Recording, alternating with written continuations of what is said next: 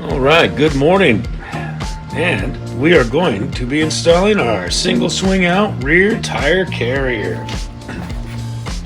from Coastal Off-Road. You can see I got things just laid out here, all the pieces, kind of how it goes. Something else that came with it, the actual hinge. And this, sorry about the table there, but here, see, got 2 Heim joints, 4 washers, 3 stainless nuts, and then 2 grade 8 steel nuts. We got a spacer, and then of course the main pin, and our heavy duty 1/2 inch hinge. So, first thing we want to do is take our stainless nuts and get them onto the Heim joints. Okay.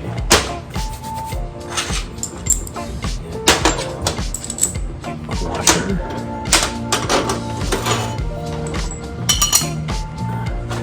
Go ahead and put these on here. Okay, so then we got that. All right, now take the washer through the top here.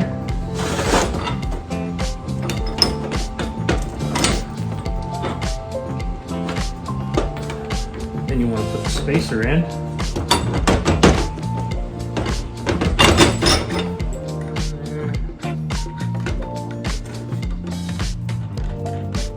Here. So that's it. That's everything. After it's all installed, we will cut this off to make it flush. These will be getting welded on. All right, you guys. Now we're getting ready to tack the nuts to this plate.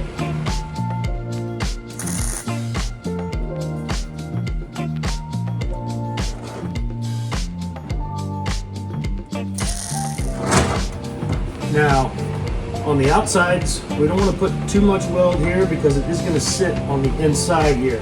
These will be inside of this piece. So go ahead and put a nice big weld in the center, but on the outsides,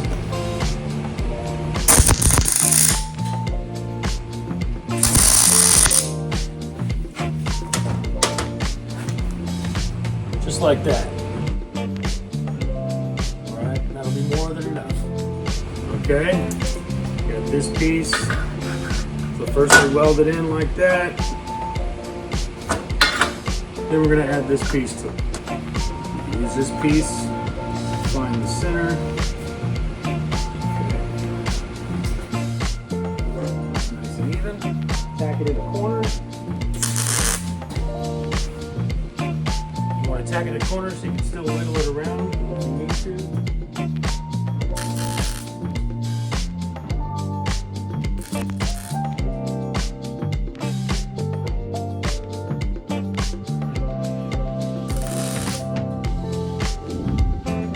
Now, we're going to go ahead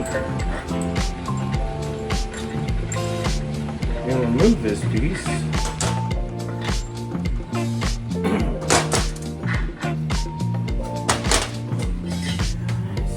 Now we can get everything on here and everything tacked in place.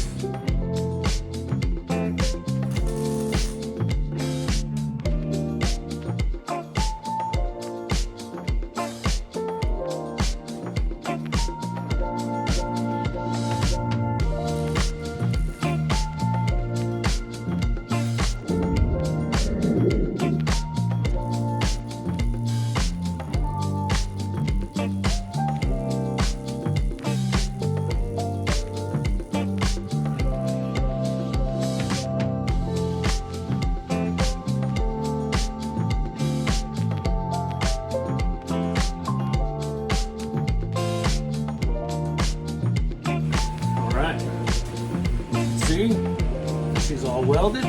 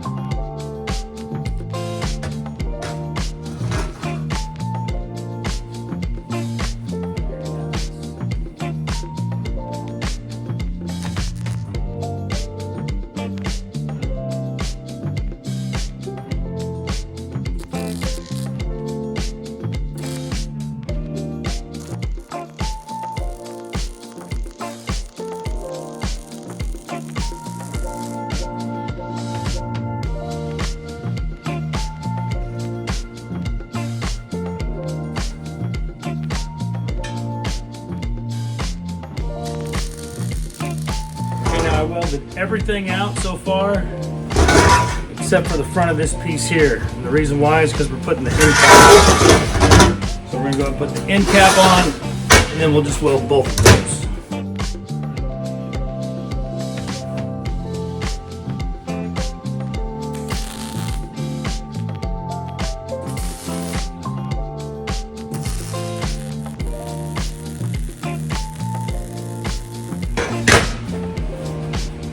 Okay, this will be for the tire mount. You can see the top is angled. If it was sitting off the back of your truck, you want the angle like that so your tire sits away from the vehicle, not into the vehicle. Okay, so we're gonna go ahead and put that right there. Like I said, I think I got a better way to do this. We're gonna go with that.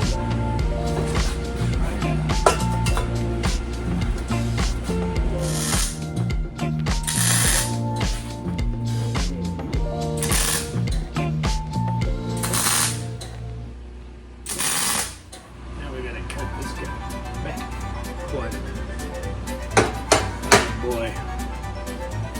Well, people, what I just said, we don't want this angled down because then the tire will be hitting the vehicle. So now we get to cut this off. That's why I also put the tacks where they're easy to access.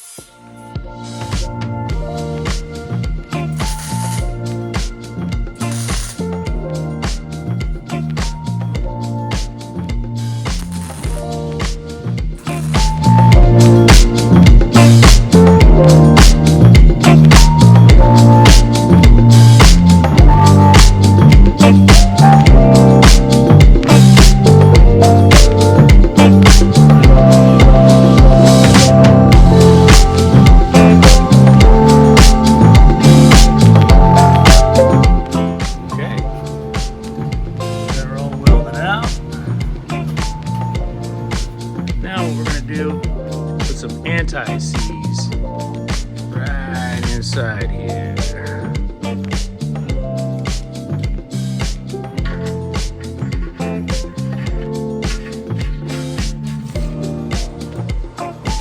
Looks like we're at 2 7/8.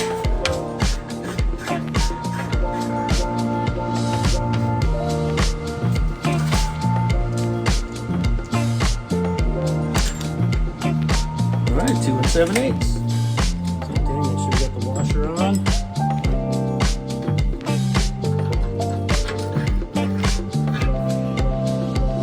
And this is a great way to practice. Make sure we don't forget the most important part. Ah, boy. I don't know what my head is today. It is warm and I'm wearing a hoodie. Maybe that's part of it.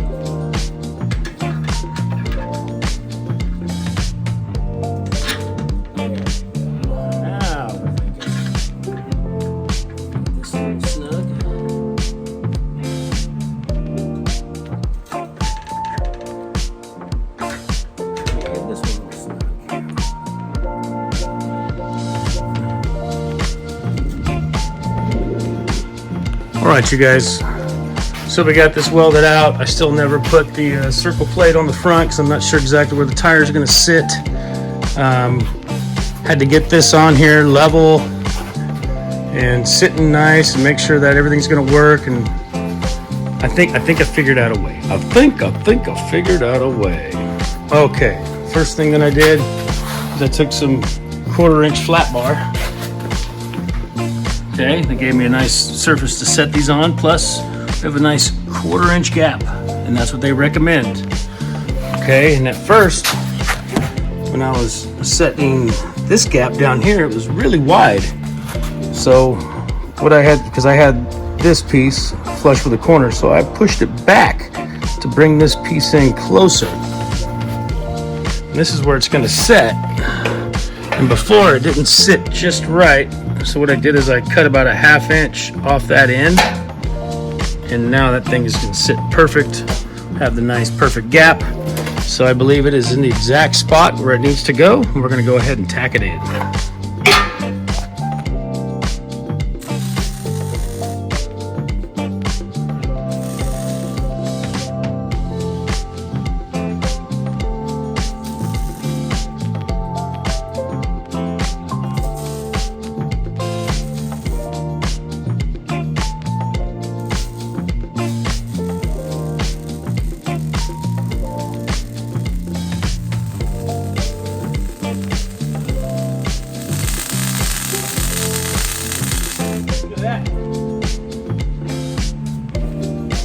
Good right there.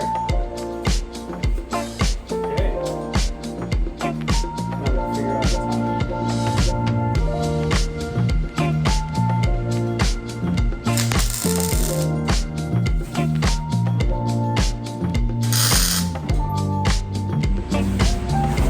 All right, you guys. Now we got this last piece here. As you can see, this is how it clamps up and locks in. So I just kind of got this on here. Not really too worried about that. I just want to get at the right height. And what you want to do is you want to make sure that you have this thing square.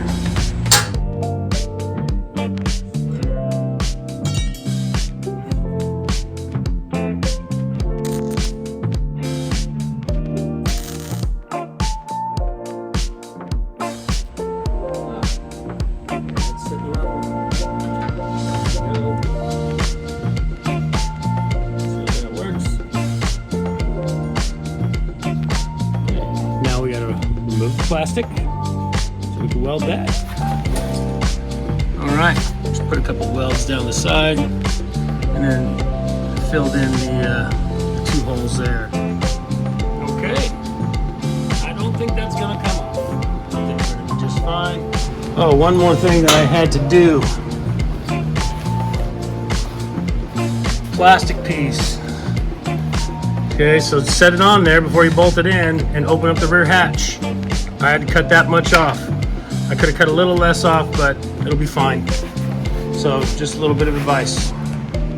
Okay, we are almost finished. Now we gotta assemble this, and then this is gonna go in the back. We'll weld it onto the back here, and then we're gonna drill a hole wherever it lines up, and that'll be our little lock. Okay, so we got this all in place. Everything latched in. It's nice and tight. See, it's going to pull up. So, safe bet would be go ahead and tack this on here, but you don't want to tack or weld while this is connected. Unscrew this piece. Now, we can tack this on here.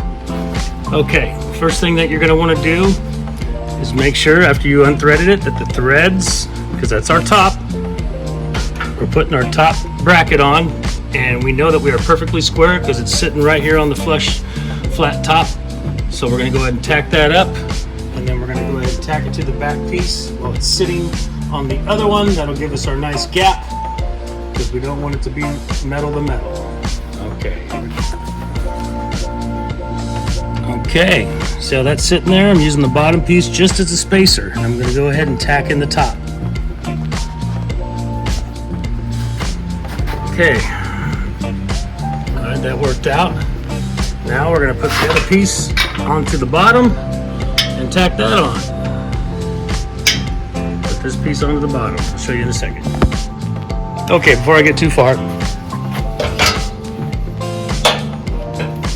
So what I did here is I just put a center punch right down the middle. Bing. Punch that sucker out. And right now I'm getting ready to drill the holes out. Okay.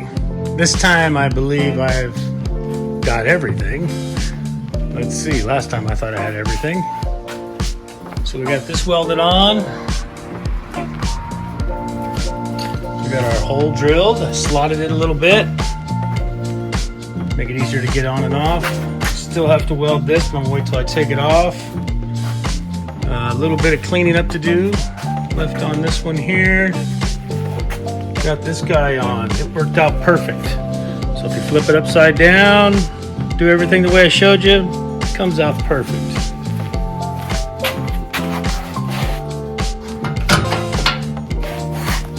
Look at that. All the way in. Got plenty of gap. Pin goes in. All right, you guys. So there she is.